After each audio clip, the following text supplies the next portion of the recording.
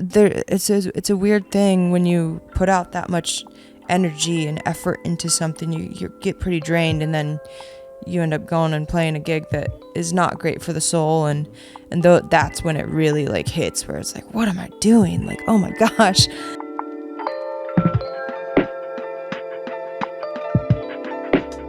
It's going. I feel so bad you had to take an Uber here. Oh, no, Are you sure? Okay. yeah, sorry. No, you're fine. I like to get, ripping right off the jump once you enter the garage. So many questions off of that DM. You you got your car totaled by a police officer. I did.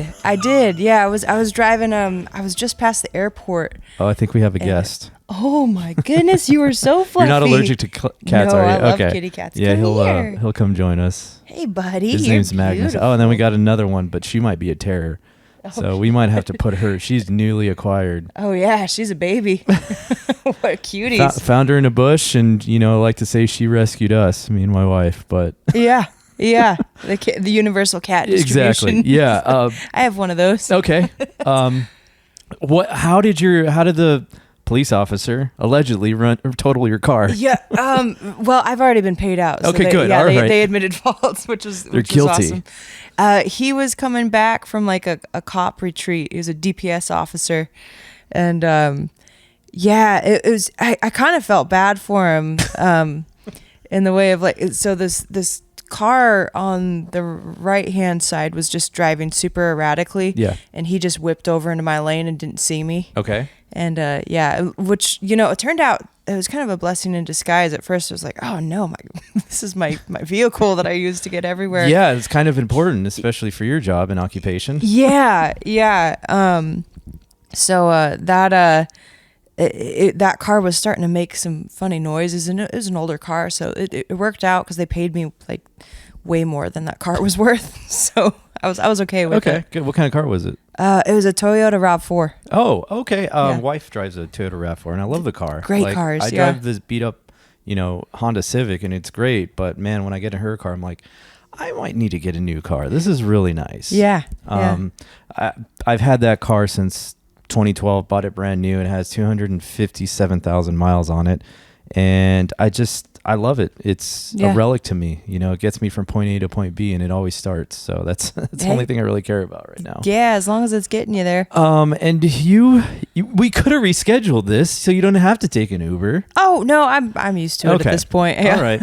Where are you coming from? How far? I'm like East Austin, about 15-20 minutes from here. All right, maybe Resolute Media can give you a ride back. We're gonna put you inside. My partner's gonna pick me up. Okay, good. All right. Yeah, because I feel so bad. One of the comedians that I had on, Dean Stanfield, he did the same thing. I'm like, why didn't you tell me you didn't have a car? We could have totally done this another time. And he's like, no, I agreed to it. I'm man of my word. Yeah. And so I gave him a ride back to Fraser's, or he lives by Fraser's Long and Low. Oh, so I love dropped Fraser's. him off there. Great bar, right? Yeah. I'm gonna say it's the best chopped cheese in town.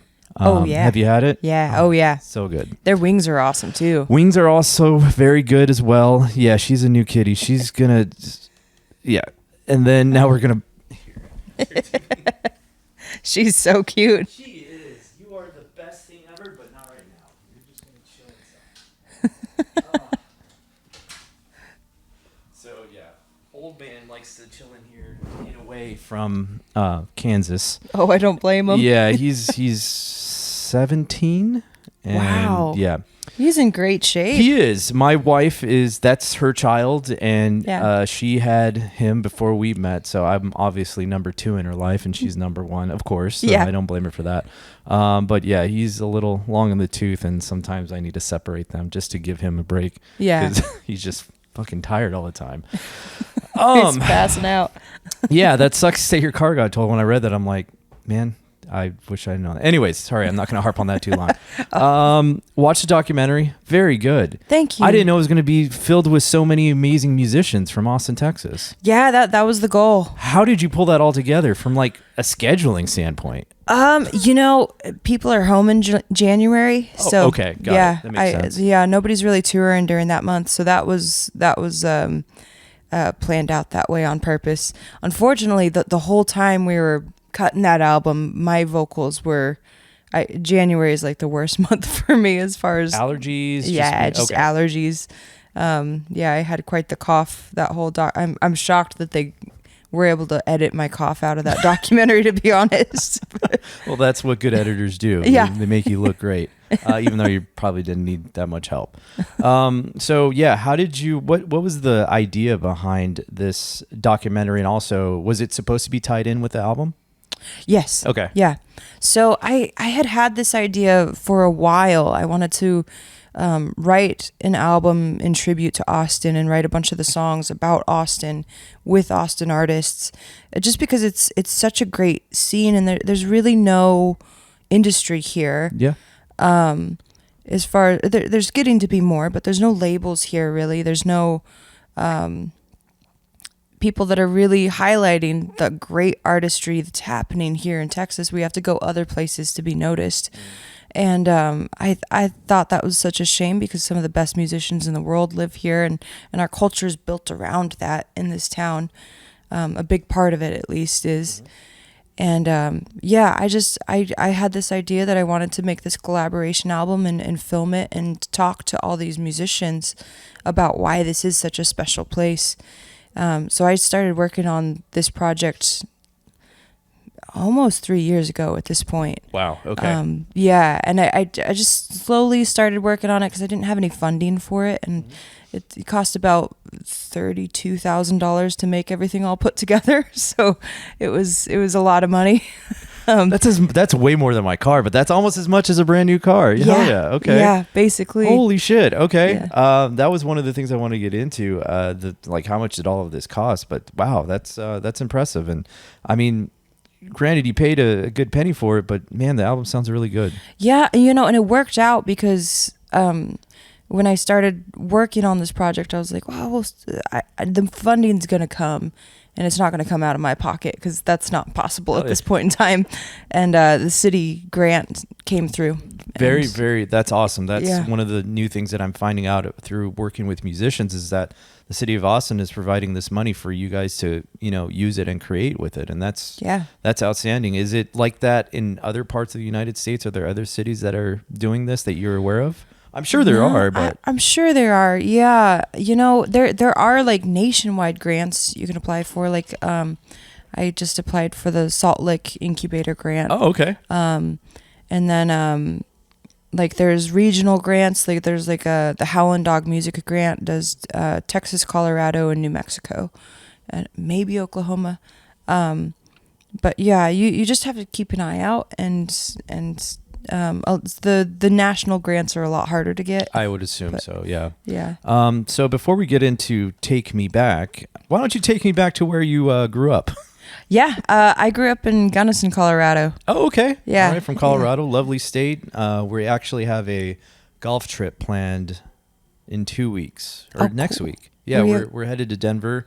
Me and my boys, we kind of do this annual trip where we set up in Denver just because it's a nice reprieve from the heat here in Austin, Texas. Yeah. And then we just go to several different courses and we play and we have a good time. And we have a few adult beverages that might, lead into late night shenanigans, but that's always fun, and it's always fun to play with a hangover the next morning. yeah but, that nice direct Colorado sun on you. Yeah it's so great. It's like we're adults, we should be making better decisions, but you know how it is. Hey, I'll buy you a beer, now I gotta buy you a beer back, and then thus the wheel turns. But how far is Gunnison from Denver? About 4 hours. North, south, east, west? Southwest. Okay, cool. Yeah. All right. Yeah, it's what was it like growing up in Gunnison? It was cool. It's a pretty small town. It's about 7,000 people, but those 7,000 people are really spread out because it's a big county in Colorado where it's there's a lot of little tiny towns within this county, and a lot of wilderness. Like there's only you can only develop 10% of that valley, but because it's a lot of national forest. Oh, all right. But I don't think even 10% is developed. I think it's only like 3%, to be honest. Got it. Yeah, it's a beautiful place to grow up. There's tons of nature. Not a lot to do as far as like nightlife or like things to get done. But you have nature to go out into and explore and experience. Yeah. Were there any traffic lights like with the red? Yeah. I think they're up to, they have a few more these days. It's been growing a little bit. Okay. But I think there was like 3 or 4 growing up. Nice. So. I grew up in Alpine, Texas, which is West Texas. Yeah, I know Alpine. You know Alpine? Well. Oh, that's good. All right, we can continue this conversation. Typically, my next thing that I go into, it's like no one really knows where Alpine is, but they know where Marfa is because it's so popular for whatever reason. I grew up there. I don't know why it's so popular. Yeah. But Alpine was a place I grew up, and we didn't have any signal lights. We had like the flashing red lights. Yeah. That was it. So that was kind of a culture shock coming from Southern California, where they had a mall and a beach and all this cool stuff. And then we get into Alpine, and I'm like, there's nothing here. Yeah. What am I going to do to occupy my time? So we just played a bunch of sports, and I got into music a little bit later while I was there. And that was fun. But then I moved to San Marcos. And my folks were retired at the time, but what were your folks doing? What were your folks doing during that time in Gunnison? They ran a hardware store. Oh, okay, cool. So, yeah. Was it True Value by chance? It was. Oh, Yeah. That's how I know you're from a small town. If you had a True Value. Oh yeah. Yeah. Okay, cool. What did they think when you wanted to pursue your musical career full time? I mean, they were pretty down with it. Yeah. Okay. Let me take that back. My mom was super down with it. My dad was not down with it at first. He was being a dad. Yeah. He was concerned, right? Because there's no health insurance involved. There's no retirement plan or anything like that. It's just basically. Okay. Yeah, which I don't blame him after being in this industry this long. When did you first find like a knack for music or just playing music? So my whole family plays. Okay. My dad was also a preacher. He didn't become like the head preacher until later on, but so my whole family was like the worship band in church. Okay. And my grandma's 90. She still plays. She lives out in California, but all right. that was family hangs was just like passing musical instruments along and seeing what sounded good on people. That's awesome. The more and more I have conversations with musicians, the more I realize some of the most talented musicians are playing in churches or come from a church background. Gets you started early. Yeah. Yeah, and you get to learn because a lot of the benefit to that is you learn how to play with other people.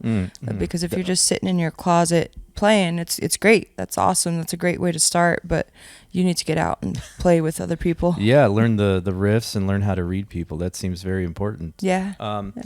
What was there a particular genre of music that you were attracted to growing up? You know, I'm pretty eclectic. Okay.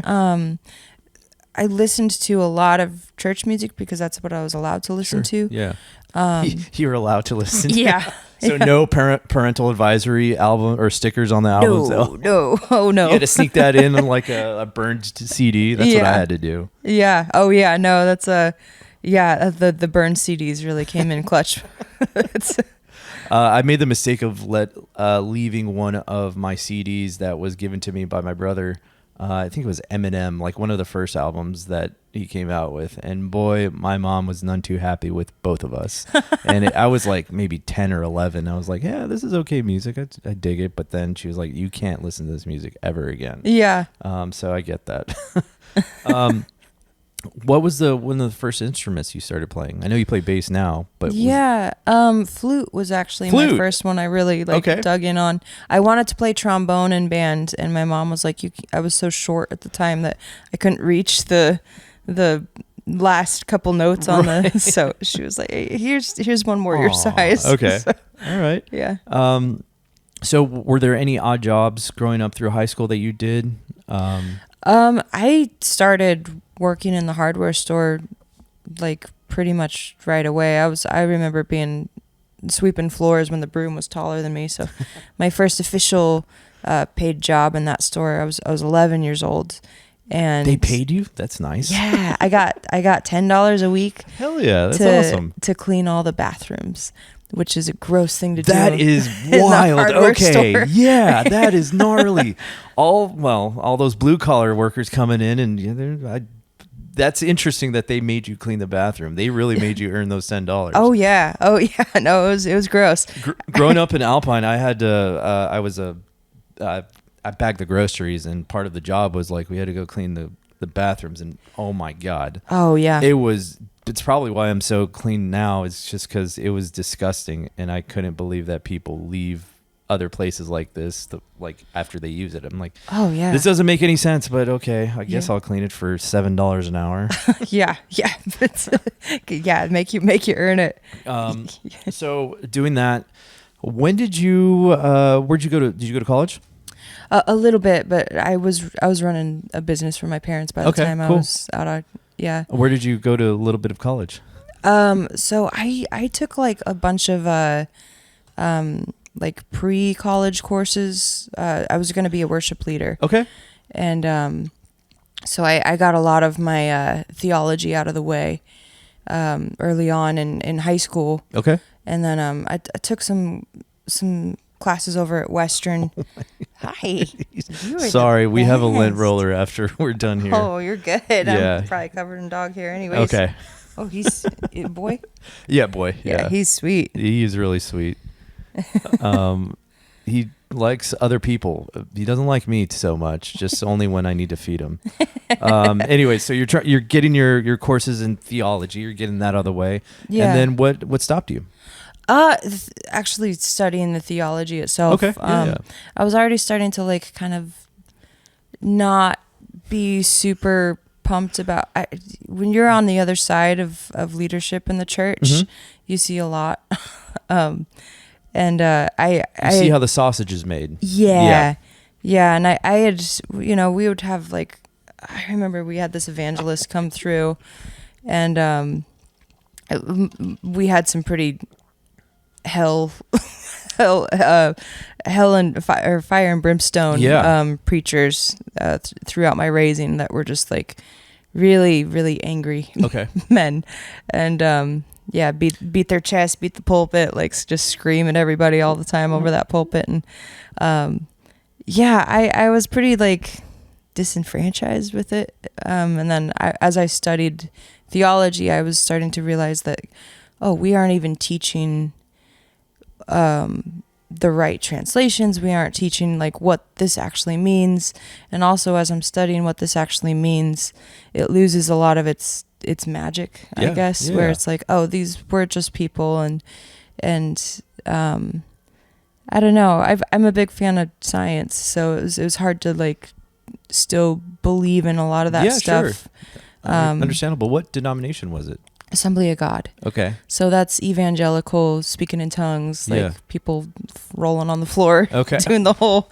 They're flag waving church. Okay. For sure. Yeah, I grew up Roman Catholic, and man, I wish I could find a way to get as tired as I did during some of those sermons. Like I had some of the best sleeps. Oh yeah. Like I was 7 at the time, and I remember going to church with my dad, and the pastor would hit a sermon, and I'm like, I'm lights out. I'm just trying my best to stay awake, and my dad's pinching me. He's like, get up. And so much I disturbed church quite often because I was just waking myself asleep from snoring. Yeah. So my dad was like, we can't sit in the front anymore because you're sleeping, so we might have to sit in the back. I'm like, okay. Yeah. But I do remember Father Ron, Father Anthony were able to connect with the congregation, and some of their like, hey, just be good people.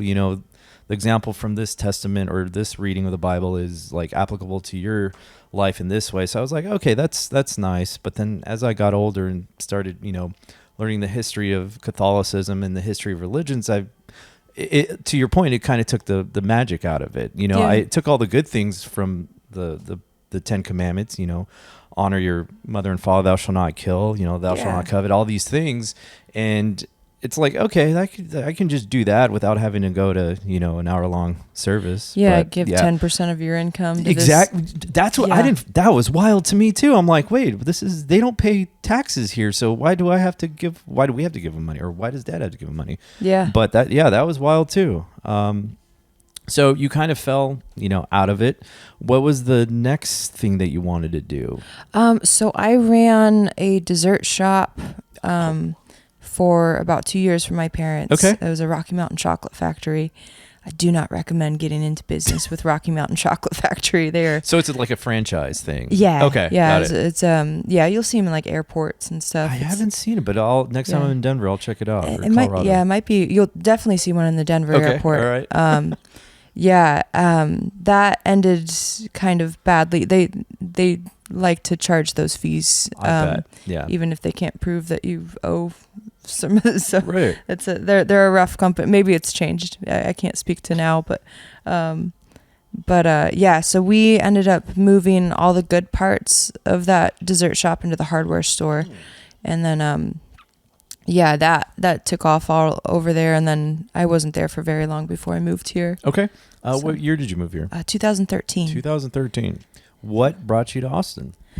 Music. Okay. Yeah, I figured, I was like, well, I kind of did like the big kid thing. Like, I've been paying business taxes and doing the whole, I'm ready to try something a little reckless. And I would imagine that some of the education that you got in, working in this hardware store in the ice cream shop, did that help translate over to music? And oh, absolutely. Okay, good. Yeah. Yeah.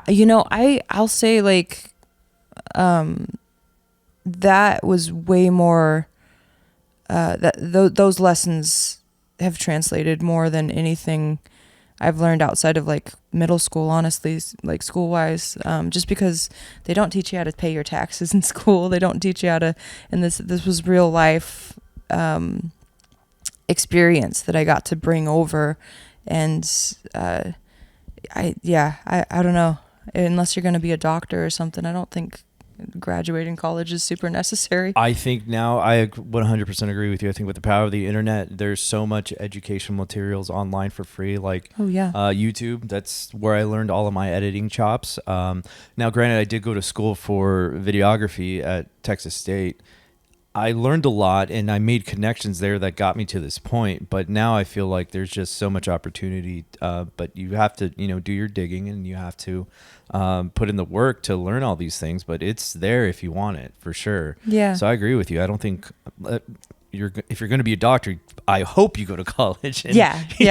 You're not YouTubing how to perform open heart surgery on somebody, which that would be interesting. But yeah, I do believe that you don't really need to go to college anymore. You're forking over thousands of dollars for an education, and who knows if you're going to get a job out of it. Yeah. No, it's so totally true. that's awesome that you got that education early. How did you hear about Austin, Texas, and the music scene before you moved here? I had a bandmate, because I was looking at Nashville originally. Yeah. Just because that's where all the country stars were going. And I had a bandmate that was moving to Austin. Okay. So yeah, he was done with college and was like, yeah, I'm out of here. I'm gonna go play guitar for a living. And that I kind of made the decision for me. I was either here in Nashville, and I had a sister in Houston, so family was close by. Okay. Yeah. Right on.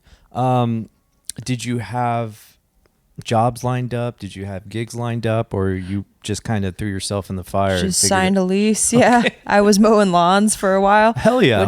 Hopefully not during the summertime. It was. Yeah. Oh my God. No, I got here and I was like, I don't want to work inside of like a coffee shop or something. I want to work outside, and learned really quick how unforgiving the Texas summers are. Yeah, it is brutal. I had a job with a roofing company. I was doing photos.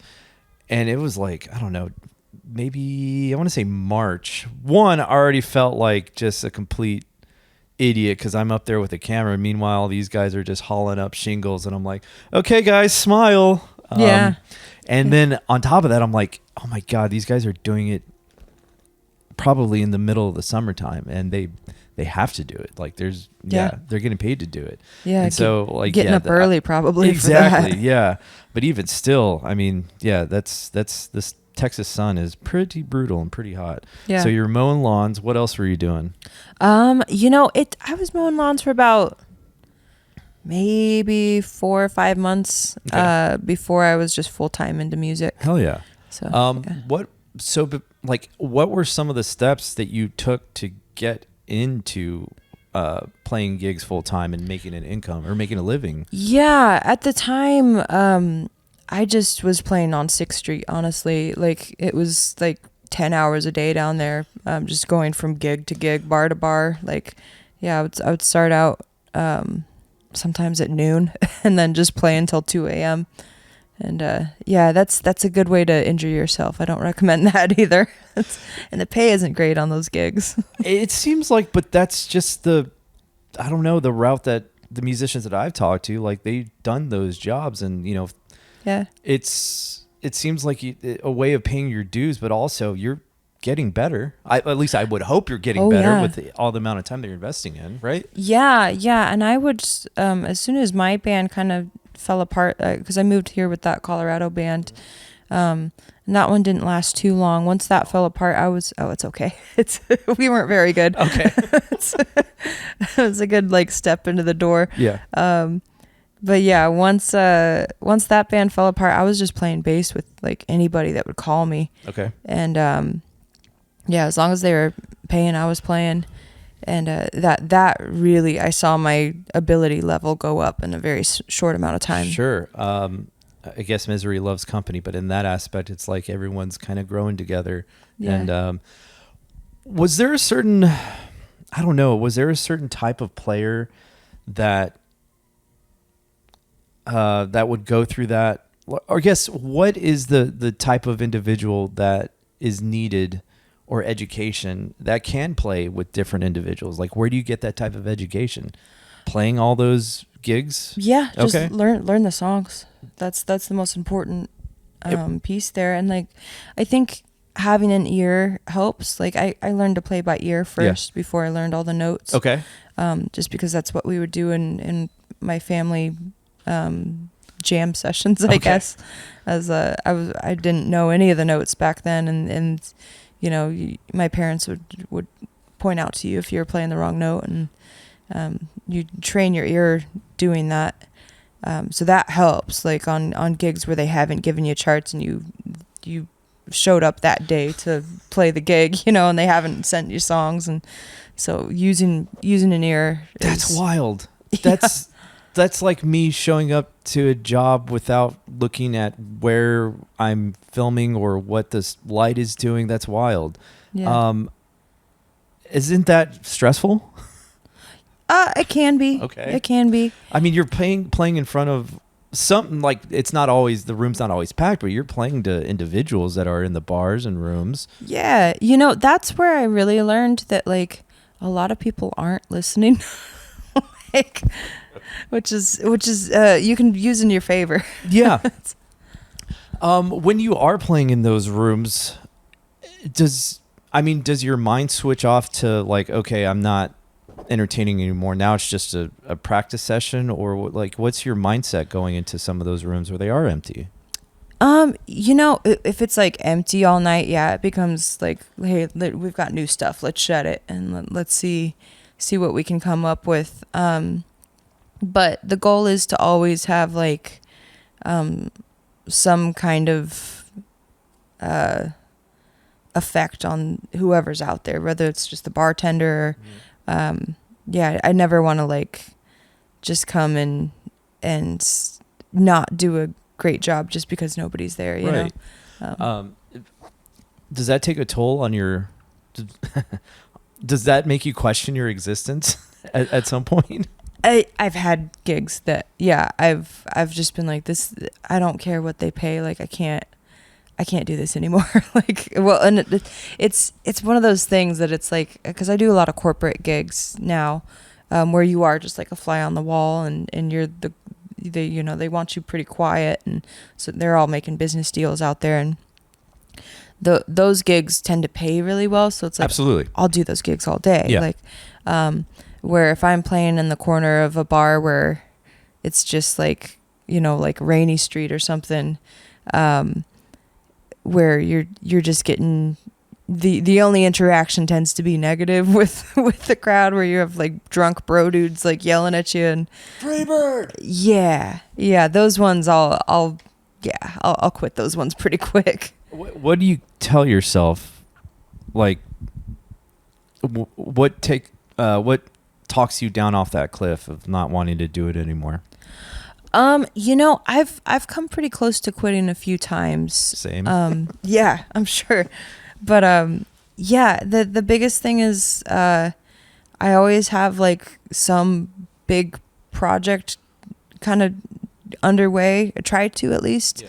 And then it's a weird thing when you put out that much energy and effort into something, you get pretty drained, and then you end up going and playing a gig that is not great for the soul, and that's when it really like hits, where it's like, what am I doing? Like, oh my gosh.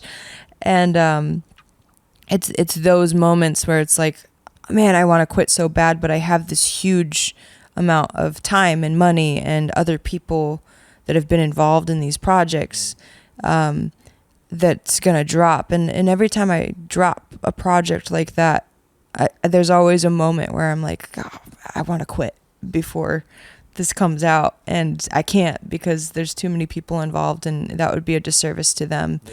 And I went through that last summer because we were just waiting on this documentary to be edited, and like the album had been done for a while. Yeah. And just knowing that I had this big project that was going to be dropping at some point was like pretty much the only thing that kept me in the game. Yeah. But once you put those bigger projects out, your gigs tend to get better. And like I haven't played 6th Street in a really long time. Actually, I did last night, but it wasn't for like a gig. There's a podcast down there called Local Sets. Yes. Okay. Yep. Yeah, and I was like, man, like you're one of the few people that could talk me into coming back down here. But yeah, it was great. It was a super cool podcast. He's a really talented dude. Yeah. But yeah, I think like as long as you're keeping something moving, like the power of staying in this game is longevity. And the longer you're in this, the more opportunities you're going to have and the more people you're going to know. Yeah. Yesterday I kind of went through that in my head. I was on a job. I'm like, what am I doing? This is B-roll. This is not impactful. This is not what my company's designed, what I want my company to just do. I want it to mean something, and this doesn't really feel like it's having a lot of meaning. So I lie to myself. I'm telling, like, every shot could be a potential, I don't know, click on this person's website who I'm making the B-roll for, and that could make or break their month. One good little clip that could mean the world to them. So I tend to get through those moments of just telling my biggest lie of like, this actually matters, Ramon, so just continue to do it.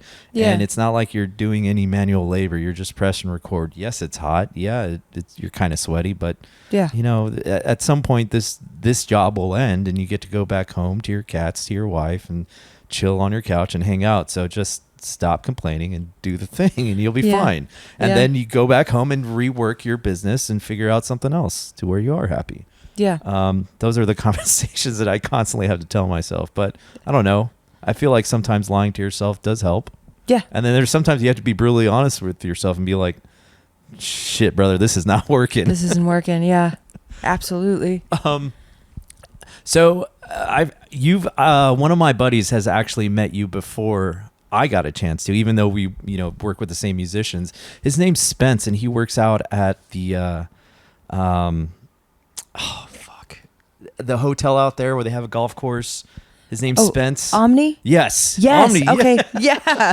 Dude, he was telling me, like, have you ever worked with this artist, Ruby Dice? I'm like, no, I've seen her all the time. She's working with Grayson Turner and all these other musicians, but never had the opportunity to meet her. So I was like, oh, that's so good. You got to meet Ruby Dice and hear her perform before I did. Yeah. Oh, I do a lot at the that's awesome. Omni. Yeah. Yeah. Yeah, they have a lot of corporate gigs out there. That's good, right? As you said. Okay. Yeah, that's wonderful. Spence is a good dude. He's a really talented, I wouldn't call him a mixologist, but he's a good bartender. He's a good hang. He's always insightful, ask a bunch of questions, and yeah, he's a good dude. So yeah. I thought that was pretty unique. So let's take me back to that's a bad joke. Sorry. That's I try to work that. I was trying to work it in, but let's talk about this album again. And you worked with Shiny Ribs, right? Was on it. Susanna Chaffel, Scott Strickland. Yeah. But my favorite guy is David Thacker. Yeah, Thack Attack. How'd you get in touch with him? He started playing keys for me.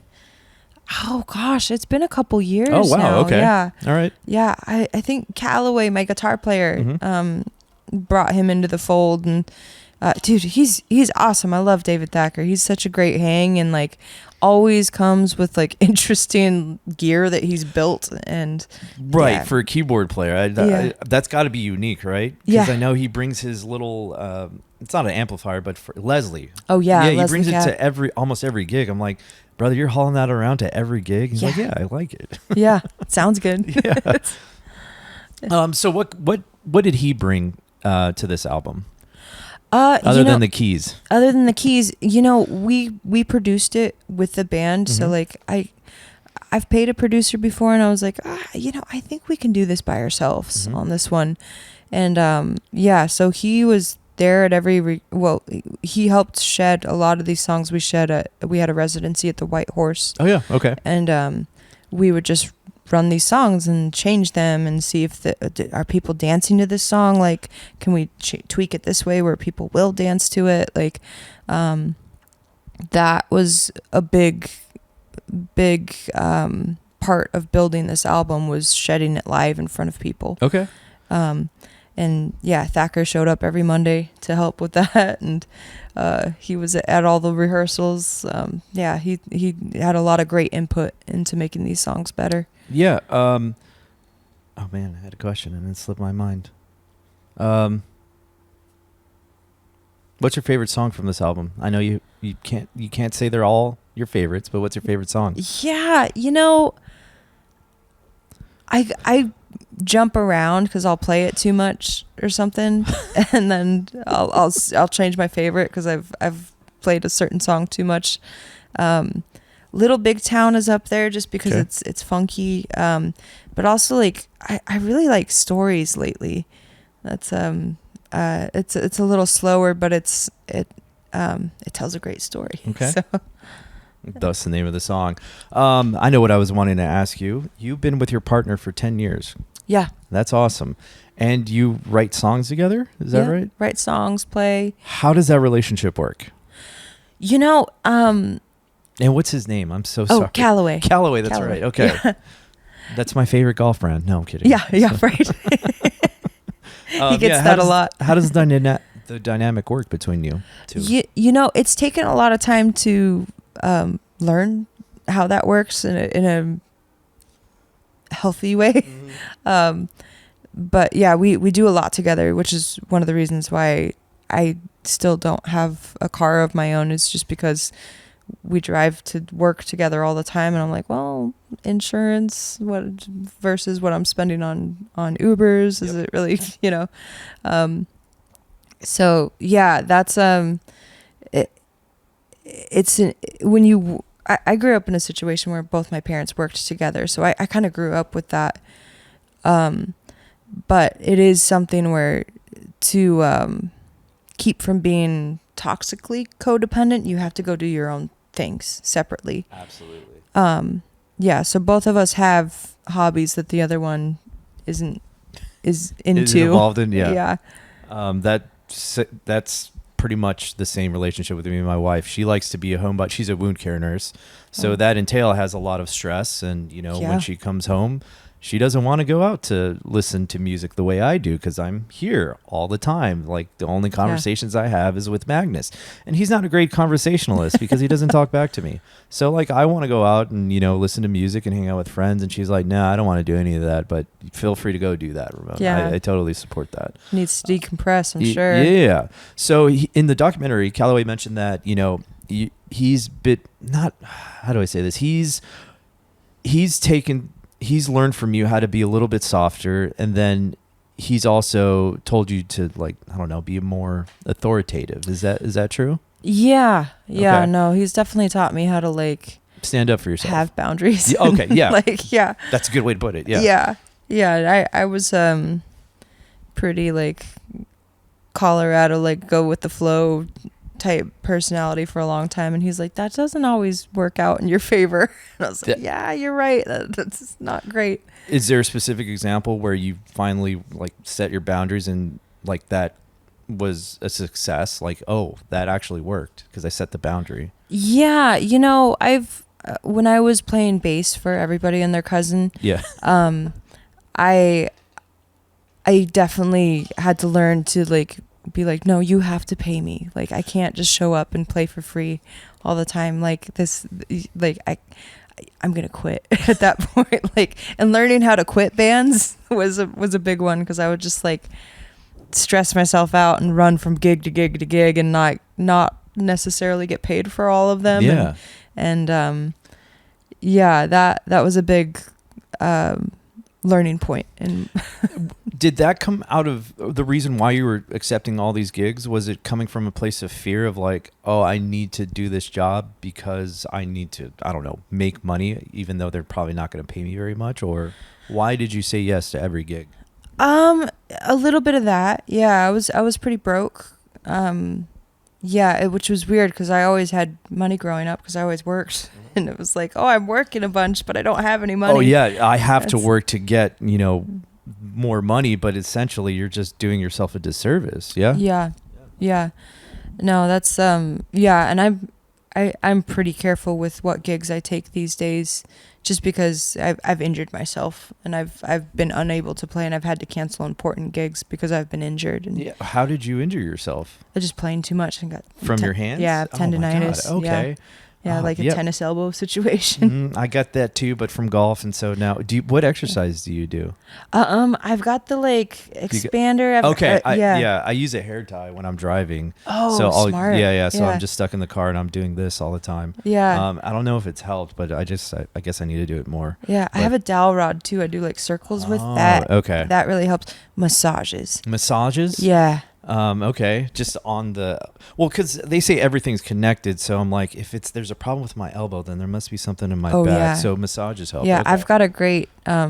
She doesn't call herself a masseuse. She calls herself a body manipulator, and it hurts, but you feel way better afterwards. Right. Okay. And I've never been like a go get a massage kind of person. Nor have I. Yeah. I've gotten 2 from her now, and those are the only massages I've ever really had, and it made it to where I could play again. So, yeah. Going back to all those, the time that you were saying yes to everything, was there a moment when you realized I need to stop saying? Was it after the injury in which you realized I need to stop saying yes to all these jobs? Yeah, and it was post South by. I think I played. What year? 2019. Okay. Yeah, it was, I just went and played something like, it was either 19 shows in 7 days or something like that. It was insane. And that didn't include like rehearsals and shedding the songs. Right. And, 19. Yeah. Wow. It was way too much. That is a workload that's not sustainable. But yeah, it was, I don't know. I kind of had to like take a step back and like realize like, oh man, I'm putting myself out for people that either like won't share a simple contact or like, and I'm playing for free for them. And it's like, I'm not asking for like a good contact. I'm just asking for like the shitty bar contact, like, and yeah, I kind of had to like really take a step back and be like, all right, if you're going to invest in people, make sure they're willing to do the same for you. And yeah, kind of like a pearls before swine type of a situation. Yeah, that was a big one. I think when I did that, people always said you can't work for cheap anymore. You have to, raise your prices. You have to just take better jobs. I'm like, yeah, that's easier said than done. But then I kind of got fed up, and there wasn't a specific moment. But then after that, like, better jobs magically just started coming my way. I couldn't explain it. I'm like, how did that happen to you? Like, yeah. Oh yeah. Okay. No, it was shortly. Well, the pandemic hit, and that was the biggest shift where I was like, oh, all these people I've been supporting, they have an audience and they have people that are still sending them money and they have an income source. And I was sitting there and with all the players that had built other people's careers, and they had nothing to fall back on, and we all lost our gigs. And that was the biggest turning point for me, where I was like, oh my gosh, like, you have to invest in yourself. And once I started doing that, I realized I like basically doubled my income overnight during the pandemic, which was crazy. Wild. Yeah. And that's so interesting that you mentioned that, because that was, I was thinking back when you got here 2013, I'm like, oh shit, she lived through the pandemic and she's still here. So like, what revenue were you generating? Was it online streaming? Was it performing live? Was it secret shows? Performing live. Okay. Yeah, I would go play, like, there's so many breweries here in Texas. There are, yes, yeah. With acres and acres of land. So like, you could have like, you know, a bunch of families out there, but they all have like almost a football field to themselves. There's so much open land out here that it was like very doable in a safe way. I did catch COVID though. You did? I did. Only once or twice? I think I've had it 4 times now. Damn. Yeah. I think your immunity's built up. Yeah. But, any after effects because of it? Yeah. Long COVID or whatever. I caught one of the first. I got it in 2021. So it was like right after they're like, everybody's vaccinated. Like, we can go party again. And like, I didn't quite have the vaccination yet. I like had my name on the schedule and played this gig, and like everybody at the gig caught it that night. And I lost like 20 pounds in 2 weeks. Oh my God, that's pretty serious. Yeah. Holy shit. Okay. Yeah, it was insane. And then just like had terrible stomach issues for like a year. Man. After that. That sucks. I'm sorry you went through that. Oh, it's good. It was life lessons. Yeah. I know my wife brought it home because she worked at the hospital, so it was only a matter of time. But she's a psychopath in a good way, because once, everything shut down, I was panicking. I'm like, oh my God, we're going to die. Like, mom and dad are going to die. Everyone's going to die at this point. And she was just chilling. And then she put on the movie. It's called Outbreak, where the monkey, it was responsible for spreading all this disease in a town. And she put that on, and I'm like, what are you doing to me? She's like, I don't know. I'm just getting inspired. I'm like, getting inspired for what? We're all going to die, Lauren. This is not okay. And she's like, we'll be fine. It's not a big deal. Just wash your hands. I'm going into the thick of it. I'm like, yeah, but what if you give it to me? And sure enough, she did. And I found out, the way I found out, like, I was making pico de gallo, and cilantro is my favorite item in that salsa. Yeah. And so, like, I tasted it. I tasted the first batch, and I'm like, I can't taste anything. I can't taste the cilantro. And she goes, no. Oh shit, take a test. And so we got it. And it was right before Christmas 2020. You got it early on. Yeah. And I was like, man, this sucks. And so I was trying to make Christmas cookies for us, and I was trying to be healthy too. So I used half the measurement of sugar, and you could only taste the salt. And I gave it to my wife, thinking, because she had COVID still, and she was like, man, even though I have COVID, these still taste like shit. I'm like, fuck. Yeah, I know. I was trying to be healthy, Lauren. She goes, well, next time just add the sugar and we'll be fine. It's not like we're gonna. Yeah. So that was a fond memory of COVID. Yeah. A little long-winded, but so out of that, what came out of COVID for you? I think just being my own artist, really. Yeah. Like it was a positive thing. It was kind of wild, because like COVID was the very first time in my entire life that I didn't have a job. Like I grew up working, so like did that feel weird? It was awful. I was running like 10 miles a day. And like, I kind of went nuts on the fitness side of things, where I was doing a bunch of pull-ups all the time. And it was not a healthy amount of running. That's for sure. 10 miles a day is pretty impressive. That's all. Well, when you have nothing else to do. Yeah. I broke myself a little bit doing that. I had to figure out how to run smarter, and it threw me for a mental trip. Like it was the first slowing down like that for the first time ever was insane. Like you realize how much you just kind of like don't take care of issues and like just stay busy, which I'm great at doing. But it also like it was a great like flashlight on things that it was like, okay, now you need to take care of that because it does affect you and it affects the people around you, and you don't want to be that guy at the party. So during the documentary, there was one moment where your steel player was playing his thing and then something happened, like his phone went off and he was like, man, I need to, put this on airplane mode because it just ruined whatever take he had. Yeah. What is your take on the cell phone nowadays? Because that was a beacon of that, just, I don't know, that brought something out of me. I'm like, fuck, man, that could have been the best part of the song, yet it was ruined by a cell phone. Yeah. And there's just so many different tangents we could go on, but the cell phone itself. So how has the cell phone affected you as a person? I've had times where like I have limits on my apps. Do you adhere to those limits? Most of the time.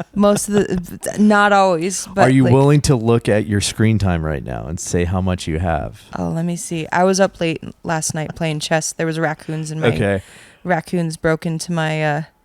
Wait, how do I get to this? Some raccoons. I'm right now. My daily average is 3 hours and 4 minutes, which has gone down by 18%. Hey, that's great. It's not bad. I'm working on it. I'm at 2 hours and 11 minutes right now. That's pretty dang good. Good for you. That's well, I've figured out.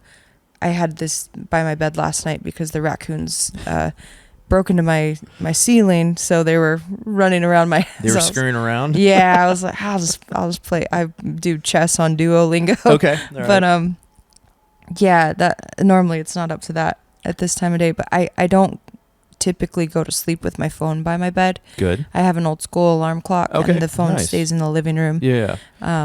For a couple reasons. Apparently, these are radioactive. Oh, that's good. That's that's good that I keep it right by my reproductive system in my pocket all the time. Yeah, that's what I've heard, and I was like, I don't know if fact checked me on that. It can't be good for you. Let's just say that. Yeah. It's supposed to be safe amounts, but like, yeah. So I'm like, well, just let that sleep in the other room,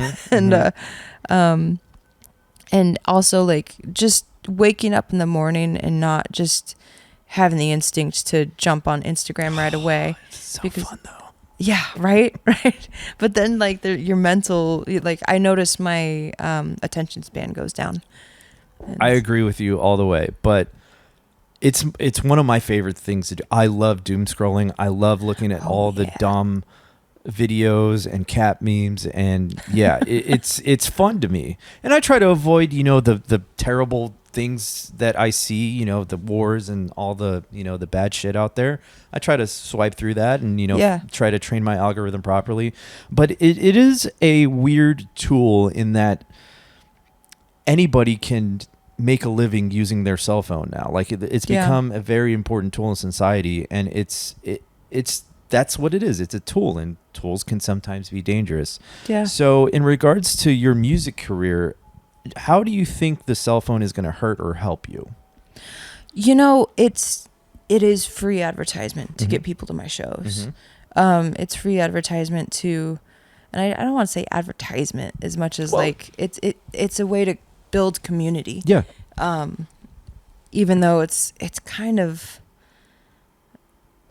a false sense of community in some ways, just because it's not face to face, but you hope that translates in a face to face interaction with people. Yeah.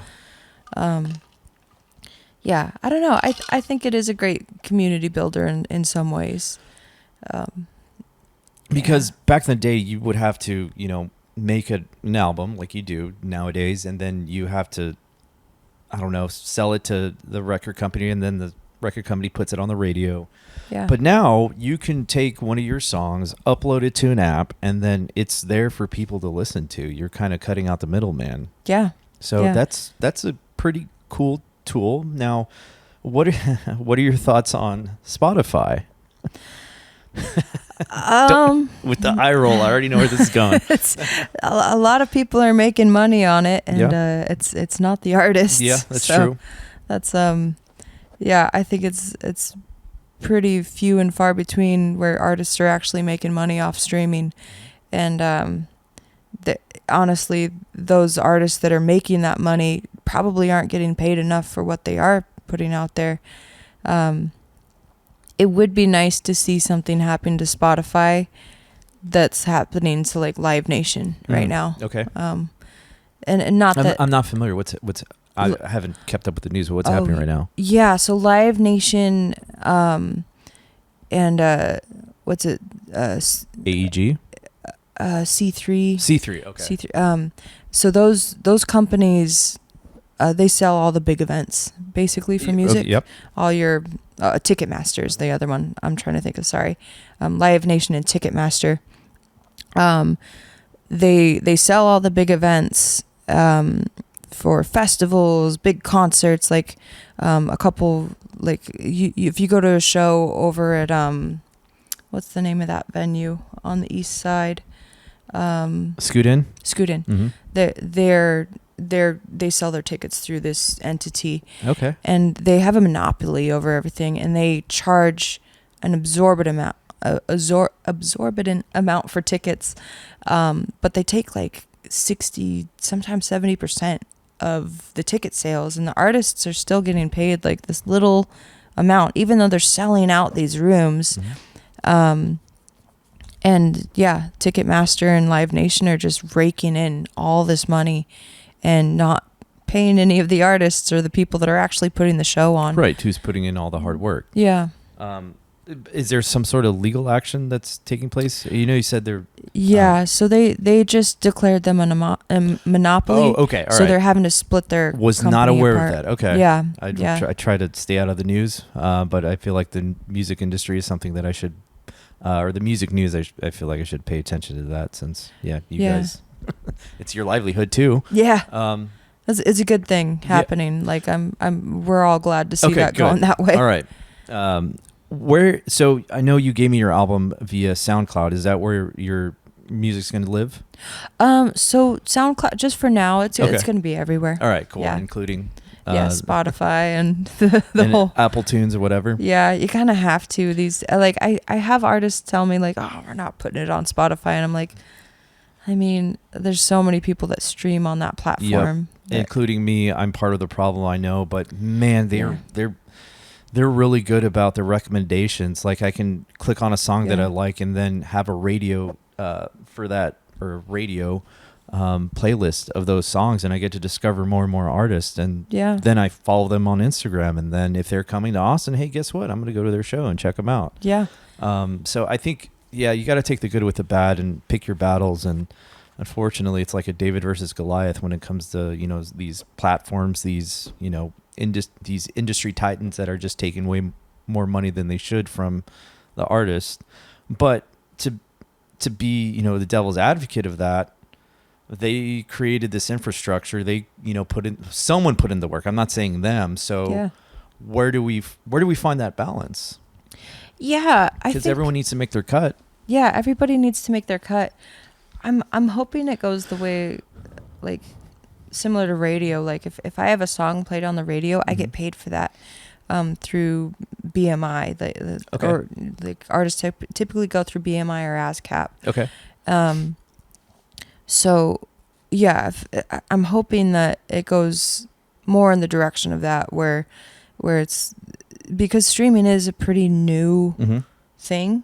It's been around for a while, but 10 years?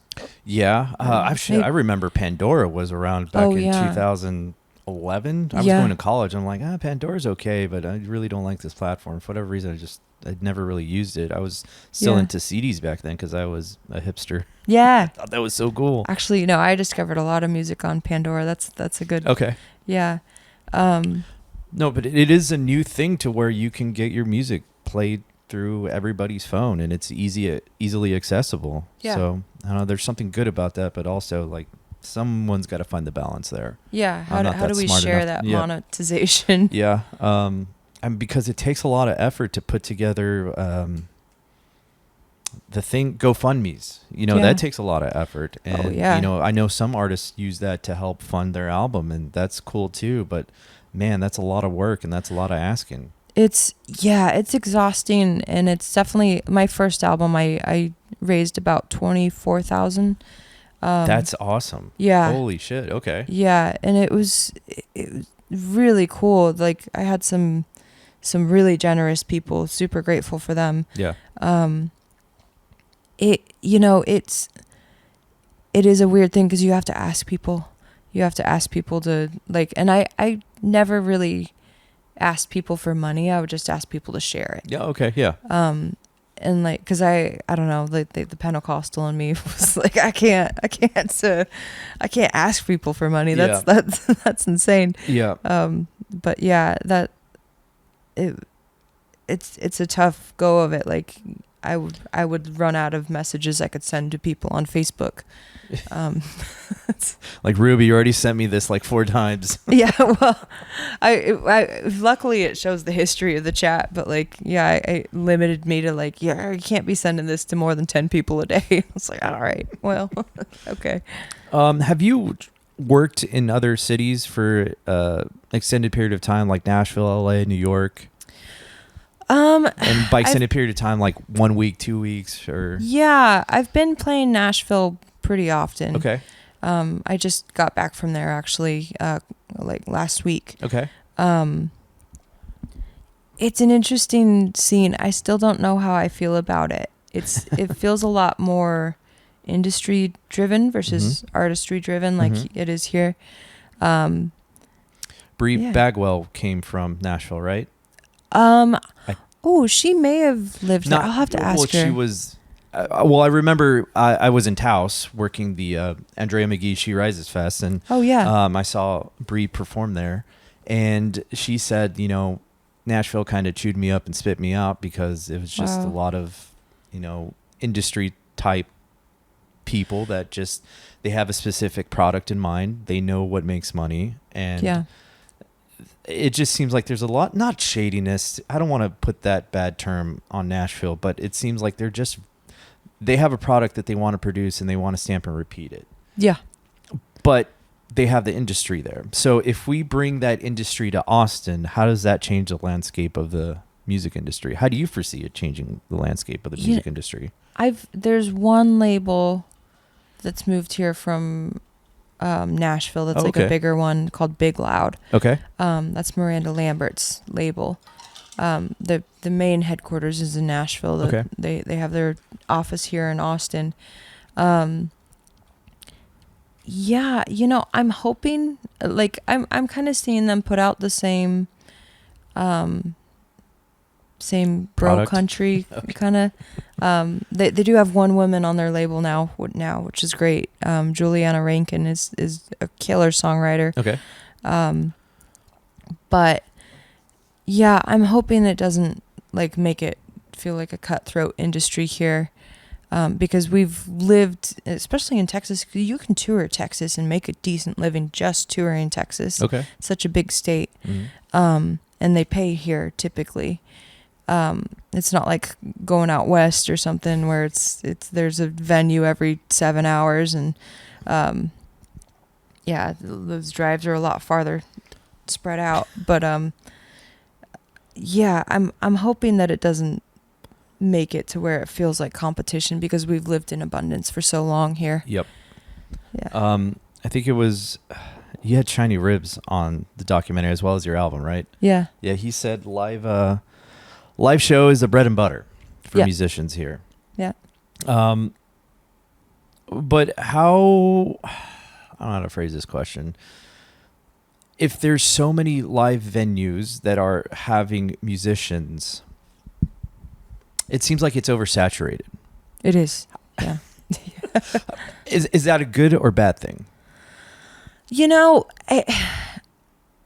And I've been guilty of this too. Like I'll be sitting in a restaurant where I didn't expect to see live music, and while it's absolutely incredible, and I'm like I am listening, like I don't always respond. Yeah. Because it's like, oh man, like you just get so used to it that it's just part of the wallpaper. Right. Where I've seen it kind of make crowds a little jaded here. Or at least unresponsive where, I just toured Colorado And I do that every summer, just the home state run. Yeah. And people lose their minds when you go and play out there. Like it's so different. Like people are excited that there's actually a band playing, and okay. You go to places that don't have it. So it's, it's one of those things where it's like, I use that as a tool where it's like, if I can like take a brand new song and get the attention of somebody at a place that didn't know I was going to be there, that has never heard of me before. Mm-hmm. And if I can get them to sing the chorus by the end of the song, then I know I'm doing something right, because they don't care that I'm there. Like they could go two venues, whatever. I don't play bars as much these days, but they could go two bars down and there's another amazing act. So it's not even registering to a lot of folks here that you're playing in front of them. Yeah, I feel you on that. It's like it is, we're spoiled here essentially. Yeah. There's so many opportunities, especially on South Congress, to go see great musicians, great bands, for $10, $15. Yeah. Jack White charged like $150 at Continental Club when he was last year. I was like, that's on a Tuesday at 11 a.m. I was like, oh, Jack, I really liked you until that. But to each his own. He probably has overhead to pay. But for the most part, you can go catch a decent show here at pretty much any bar. And I think that's one, that's spoiling us, but two, it could be a problem, and I don't know what's going to come of it, I guess is what I'm trying to say. But I do like the fact that there's plenty of opportunities for musicians to have that live experience. What has been your best, if you had to pick your top 3 music venues as an experienced musician, what would they be? I love playing the White Horse. If we're talking about like smaller clubs around town, it doesn't matter. What's the best musician's experience at a venue? I really enjoyed playing Green Hall. Okay, Green Hall. All right, that was cool. Yeah. I got to open up for Shiny Ribs there for a sold out show, and that was pretty neat. You have all the history behind that one too. Got to climb through the Willie door.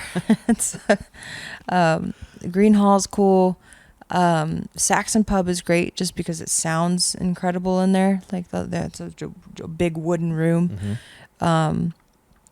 And then number three, I've gotten to play the Moody before, and that was pretty cool. It sounded like you can tell that it was built in Austin by people that really understood the way sound moves, because it wasn't boomy in there when you're standing on stage, which a lot of those places, you hit a note and it's bouncing back and forth at you for a while. And you're talking about the one where they film the ACL live taping, right? Yeah. Okay, because I know there's like the Moody Theater, the Moody Amphitheater that was newly built. Okay, yeah, that's so awesome. I didn't know you got to play that venue. Okay, yeah. I got to see Edward Sharp and the Nuclear So-and-Sos when they did like a free taping. That was cool. But I've seen a few acts there. Queens of the Stone Age. I always forget about that venue because now there's just so many. But yeah, that's awesome. You got to play there.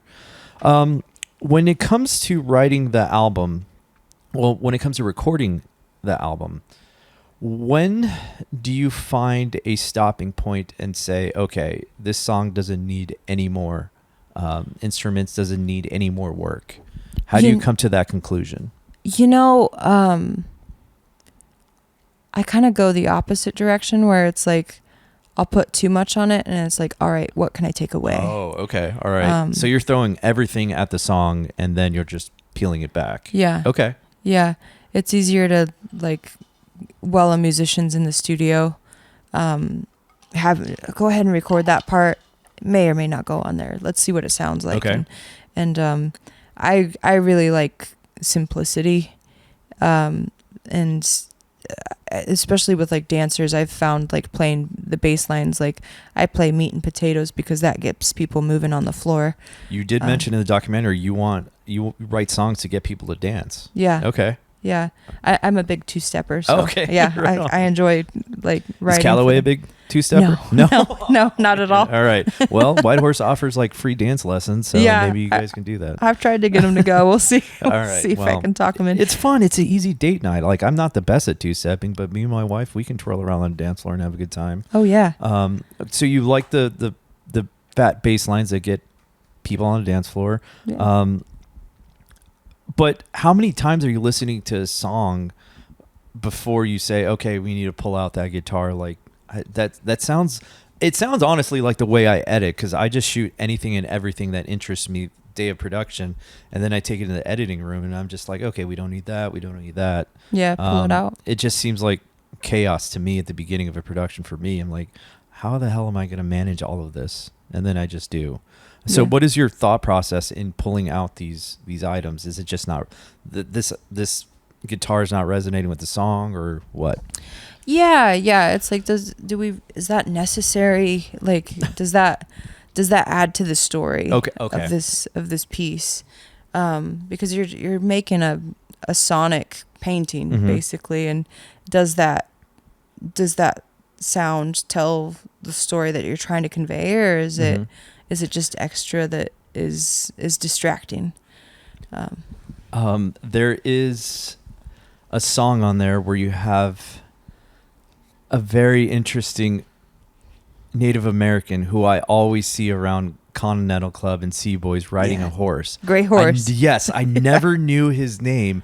And then all of a sudden I'm watching this documentary and he lights up a bowl. I'm like, who the hell is this guy lighting up a bowl before he's about to give an interview? What was it like working with him? Oh man, he's like such a wild card in the best possible way. He came in and was like, looking for that heavy medicine, and it's heavy medicine. Okay. Heavy medicine. Got to get that medicine. No, he's just like, I've known Gray Horse for years now. Like the first time I met him, I think I was playing Friends Bar, and he like walked into the bar with his horse. He rode his horse all the way down to Dirty Sixth. Yeah. Holy shit. He still does. Yeah. I see him out there all the time. Wow. Like, driving through town. I'm like, oh, there's Gray Horse.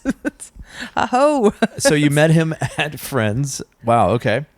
Yeah. And then how did the relationship foster after that? You just I would see him here and there, and throughout the years, and we became friends. Okay.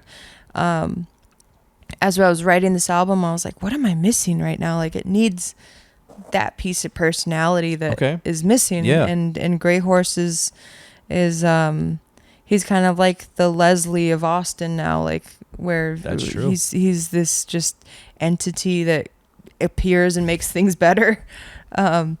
So yeah, we needed him on there. It's funny, the words that he's speaking on there. I have a piece of paper at home that those lyrics are written out on, and it's Sitting Bull's great grandson that wrote those lyrics for him. And so yeah, it's really cool. That's impressive. That's awesome. That's a bit of trivia that I would never known had we not had this conversation. Yeah. When does the album drop? August 28th. Okay, coming up. Pretty quick. And then we're gonna be having we're having a release party in Houston that night, at the Continental Club. Houston? We play out there a lot. Right, okay. But you're also playing the 04 Center, is that right? Yeah, okay. August 29th. Got we'll it. be playing the 04 Center, and we're gonna show the documentary, and then we're gonna play. Oh, okay, cool. Yeah. All right. Yeah. Well, dude, thanks for the sneak peek. That's kind of cool. Yeah, absolutely. Man, I think that's all the questions that I have. Is there anything else you want to talk about? I think you pretty much covered it. Okay. You were really thorough. I've been doing this a while. It's always weird. Now, let me finish before you have a reaction. It's always weird when people want to come on this podcast, because it triggers my mind in saying like, oh, it's working. Something about this is working. And it just started out as a bit of a networking thing that I wanted to do with business professionals, but it transitioned into working or to having conversations with musicians, because you guys are readily available during the day. Whereas, people who are in business, they are like I got a 9 to 5. I can't come have a conversation on your couch. Yeah. So it's always, it makes me feel good when people reach out and want to come on this podcast. I'm like, yeah, sure. I know nothing about you, but hey, let's see what comes of it. So thank you for wanting to be on the show, and thank you for coming over here. Thank you for having me. Yeah, absolutely. No, when I saw you working with Grace, I'm like, oh, that's great. House of the Rising Sun, which is a great song. Oh, thank you. Yeah, you guys did a wonderful job on that. I do have a few more questions, or at least one that I wrote down and I'm just looking at now. So like with male musicians, they have a bit of a different experience than female musicians. And my biggest thing that I can just think of is like, male musicians don't have to put on makeup. They don't have to get, they don't have to put on their performance. Well, they do. They dress accordingly, but they don't. It takes a lot of time to put on the makeup. I've seen my wife do it. Like, we're late to dinners because she has to put on the makeup, which I'm fine with. That's fine. But what has been your experience as a female musician juxtaposed to a male musician? As far as the makeup goes, like, I'm kind of a country girl that never really learned how to do makeup well. So I spend like 5 minutes. And do you think about like the dress that you're going to wear or the outfit that you're going to wear? I do. Okay. Yeah. I don't put like too much thought in it. Crazy amount of thought in it. Like if I start to, I'll start to like second guess everything. And I'm like, oh, this looks good. But you have to paint your nails. I didn't have to, like, that takes time. Oh yeah. Like, you know, yeah, so they're all like chipped right now. You're putting on your accessories and jewelry because you think it's cool, and it is. Yeah. But I'm thinking of like Nico Little, who just kind of shows up, in a shirt and pants, and he rips guitar. It's not. I don't think it's coming to his mind like, what am I looking like? Or maybe it is, but I feel like from a female, it's different. It is different. Yeah. I know that like. And it's a crazy thing, taking it back to social media too. Women that wear makeup tend to make more money. It's women that wear makeup on platforms like TikTok get more views because the algorithm sees that they have makeup on and it'll push it. Wow. Okay. So there are benefits to wearing makeup. Yeah. Absolutely. And not necessarily, I don't want you to get hang up on makeup, like that's the thing, but like what has been your experience as a female musician that, is different from a male musician? Yeah, I have to be careful in the way of like, I don't go alone to a lot of places. Right, because there's predators out there everywhere. Yeah, that makes sense. Yeah, like, I typically have Callaway with me, which is great having him, and it's great that we work together because that's an option. Yeah. There, like, I remember a while back there was a podcast I did where I was like, oh, I don't see any other friends that have done this one, like that they had reached out to me, and I was like, this is all the way, like, this is like an hour away from my house, like I'll go do it, but like I'm going to need you to come with me because I don't know what I'm walking into. Absolutely. And I don't see men having to worry about that in the same way. Right. I'm thinking of like the time you were playing all those shows on Dirty Six, and Dirty Six is not the nicest place to be, especially coming out at 2 a.m. and, there's just rowdiness everywhere. And like that would be the last place that I would want, if I had a daughter, that would be the last place that I want her to perform. Scary out there. Yeah. Whereas I keep using Nico, where Nico, he's a big guy. He can handle himself. Yeah. And he doesn't have that worry. I got really scrappy on 6th Street. Really? Yeah, it was all these old white guys that would come in and like smack my butt or something like that. Fucking, are you serious? Oh yeah, no, all the time. And I figured out that if I like trim my bass strings, I could like have them pointy and stick out, and I would just pop right in the face, and then I would publicly shame them on the microphone and kick them out. Good. Oh, but my God. Yeah, holy shit. It's filled up the tip jar every time it happened though. So it's like, what? There's a trade-off, I guess. Well, as long as you're making the bucks. No, I'm kidding. That's terrible. Yeah. That's a horrible experience. Jesus Christ. And that still kept you performing there. Like that, you still kept going. I grew up in a hardware store, so I kind of was used to that kind of attention. But I think, unfortunately, that type of an experience for, some other woman who's trying to, pay their dues through doing the Dirty Six, route, that could just end their career right there. I've seen it break people. Yeah, exactly. Yeah. No, and I don't blame them. It's. Nor do I. Yeah, I think if I hadn't grown up with the experience of like old creepy guys coming up to me at the cash register all the time, and again, like you just get really scrappy and get really quick with. I will say earlier when I said I had no boundaries, that is one front that I've never had a problem having boundaries with. Makes sense. Yeah. Yeah. If you had to do it all over again and moving to Austin, what would you do differently? I would have just come here and I would have been pickier with who I played with. As far as like bass gigs, I probably would have pursued other things that weren't just 6th Street when I first got here. Hey, and you get hired at the clubs that you hang out at. So like being more thoughtful in the way of like, okay, what am I trying to do and where am I trying to play that's going to help me get to where I want to go? And being specific instead of just a shotgun approach of like, yeah, I'll play with anybody. Like, yeah, be a sniper versus a shotgun with it. Any business advice you would give to musicians that kind of like dawned on you, like, oh shit, I didn't even think about this. Now that's, kind of helping me in my business career and music career. Yeah. I know that's a pretty hard question to answer, especially on the spot, but yeah, be professional. Like don't get drunk on your gigs. Like even like, Brie Bagwell's a great one. Mm-hmm. She has this story where she was like, yeah, like somebody bought me a shot and I took it on stage because they brought me a shot and I was, trying to get the crowd going and that cost me a professional relationship because this manager saw this that was looking at managing me and didn't like that I was drinking that much on stage, even though I wasn't drunk. Yeah. And I was like, drinking that much, like just one shot? Yeah, I don't know how much it was. Yeah. Like, yeah, she was like, I put on a great show, and like, yeah, that's her story. But like, okay. Yeah, and I think that's something in the younger generation coming up where I don't see them drinking as much. Yeah. Where it was like the cool thing to do when I was, in my early 20s, everybody was doing that, and it was. I remember going to shows at Roro Blues in Alpine, and I think the Red Elvises were playing there.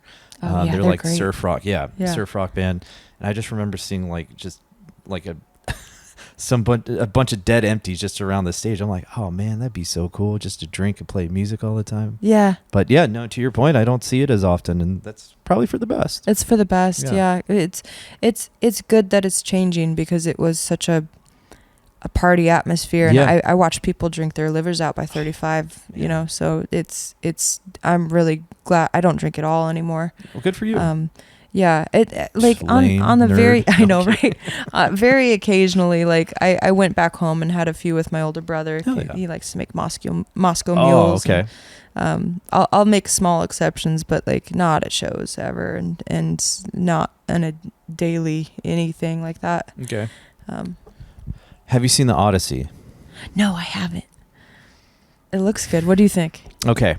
One, I think it needs to be seen at the Bob Bullock True IMAX. Okay. I got duped by a tattoo artist that I know, and I work with him, and he's done some work with me, James Hall. He was like, you got to go see it at Barton Creek AMC in the IMAX. I'm like, okay, sure. I walk in there, and typically when I go into the Bob Bullock, the 3 times that I've been there, I've been amazed because it's the biggest screen that you could ever imagine. It's so massive. And then you walk into the Barton Creek, and I'm like, this is not that much different than a regular movie screen. It probably costs more too. Yeah.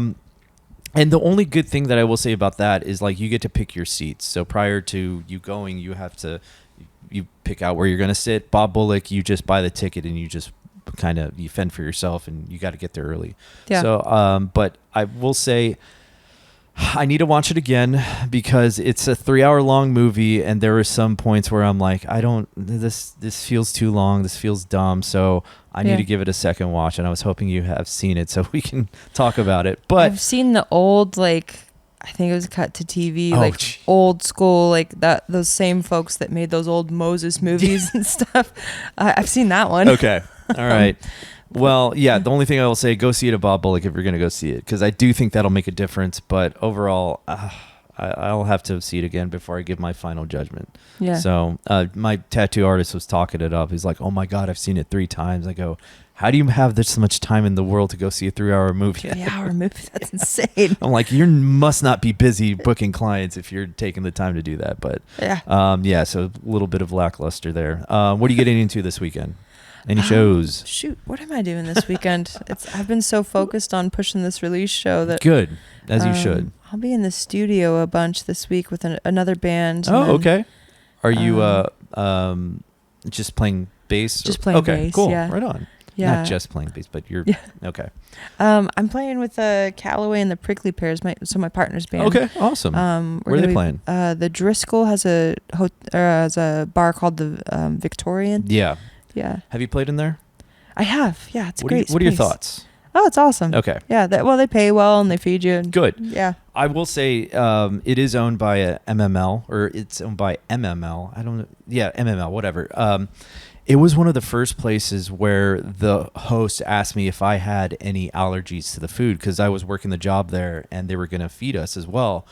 And when she asked me, like, do I have any allergies? I go, what the hell this has never happened. I've worked tons of weddings and you just get what you get, you know? Yeah. And the fact that they asked me if I had any allergies, I'm like, okay, this is why they're so good at what they do. It's because they actually care about their guest experience. So that's good that you had a good experience there, and they pay well. Yeah. But yeah, I again, it's on Dirty Six, and so it's not my favorite place to No, it's tough. Yeah. What's it like parking down there for you? They used to valet, and they just stopped doing that. Oh, damn it. Maybe we can bring that back. Maybe this can go viral. And bring back the valet. When are the Callaway and the Prickly Pears, when are they playing again? So it's Friday. What is it? 8:30 to 11. Okay. 8:30 to 11. I might show up. I don't think if I don't have anything. I could be there. But, okay.